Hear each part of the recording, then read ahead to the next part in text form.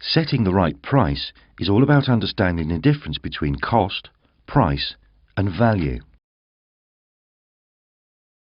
Cost is what you spend to produce your product or deliver your service. Price is what you charge for it. Value is what customers will pay for it. Ideally, in order to maximize your profits, you want to minimize your costs and make your price as close as possible to the value your customers put on what you do. Your price must be more than all your costs if you're to stay in business. But how do you calculate your costs? What extra do you need to pay if you produce 2 items instead of 1? These are your variable costs.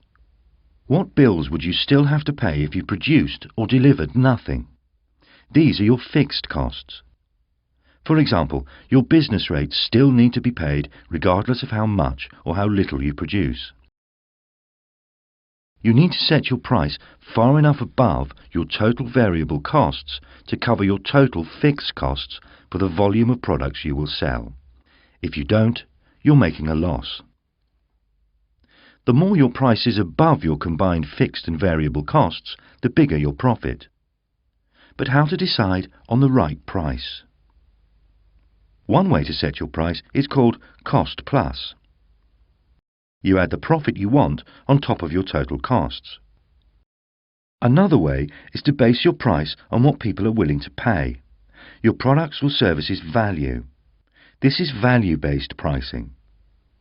It works as long as the value is higher than your costs. But the price you set needs to take account of what your competitors are doing. When you compare prices, make sure you compare like with like. If you set your price too high, will you sell enough? If you set your price too low, will people think your product is poor quality and not buy it? Whatever way you set your price, you should have good reasons for moving a long way from your competitors' prices.